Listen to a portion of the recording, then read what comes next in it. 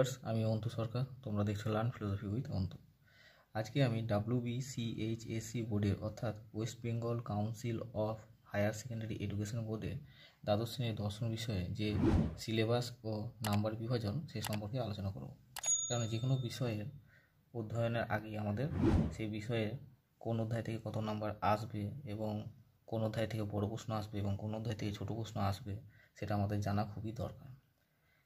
দ্বাদশ শ্রেণীর দর্শনের প্রশ্নপত্রে দেখা যায় যে 3 ধরনের প্রশ্ন এসে থাকে। প্রথমত বহু বিকল্প ভিত্তিক প্রশ্নগুলি, যাকে MCQ বলা হয়, অর্থাৎ মাল্টিপল চয়েস কোশ্চেন। এখানে 4টে অপশান থাকবে, তার মধ্যে থেকে তোমাদের একটাকে নির্বাচন করতে হবে। দ্বিতীয়ত সংক্ষিপ্ত উত্তরভিত্তিক প্রশ্নগুলি, যাকে SAQ বলা হয়, অর্থাৎ শর্ট অ্যান্সার কোশ্চেন।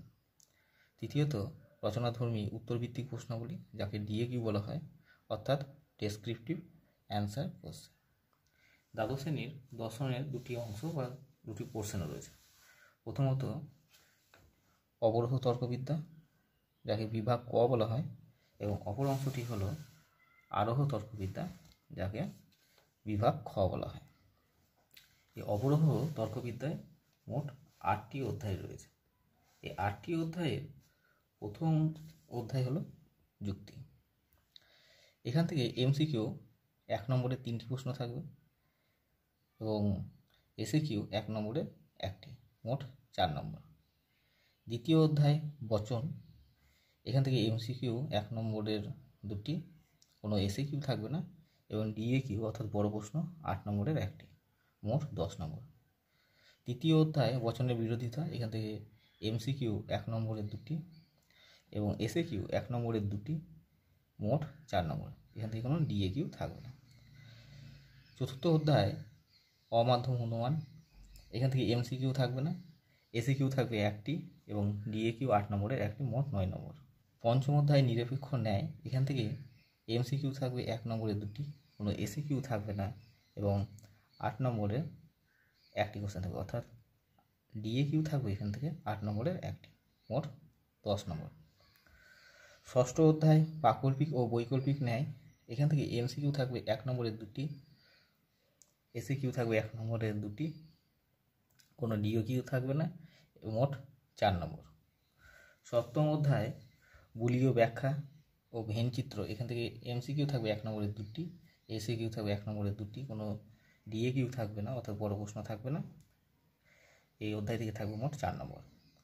অষ্টম অধ্যায় সত্যাপেক্ষ, এখান থেকে MCQ থাকবে 1 নম্বরের 3টি, SAQ থাকবে 1 নম্বরের 2টি, কোনো DAQ থাকবে না, মোট 5 নম্বর। এই অবরোহ তর্কবিদ্যা থেকে মোট থাকবে 50 নম্বর।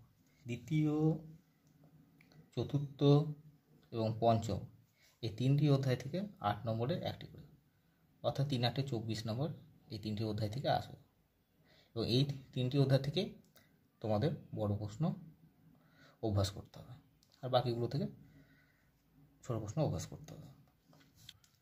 ডেসক্রিপশন বক্সে সম্পূর্ণ সিলেবাসটির PDF-এর লিঙ্ক পাওয়া যাবে, সেখান থেকে তোমরা PDF-টি ডাউনলোড করে নিও। আরোহ তর্কবিদ্যা, যা বিভাগ খ নামে পরিচিত, এখানে 4টি অধ্যায় রয়েছে।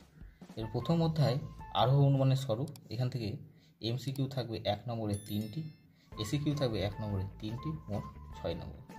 দ্বিতীয় অধ্যায় কারণ, এখান থেকে MCQ থাকবে 1 নম্বরের 3টি, SAQ থাকবে 1 নম্বরের 3টি, মোট 6 নম্বর।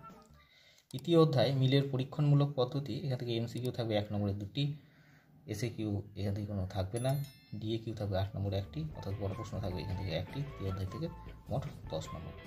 চতুর্থ অধ্যায় আরোহমূলক দোষ বা অনুপপত্তি, এখান থেকে কোনো MCQ থাকবে না, SAQ থাকবে না এবং DAQ থাকবে 8 নম্বরের 1টি, মোট 8 নম্বর। তাহলে দেখা যাচ্ছে আরোহ অনুমান থেকে মোট 30 নম্বর। এই অবরোহ এবং আরোহ এই দুটি পোর্শন বা অংশ মিলে মোট নাম্বার থাকবে 80 নম্বর।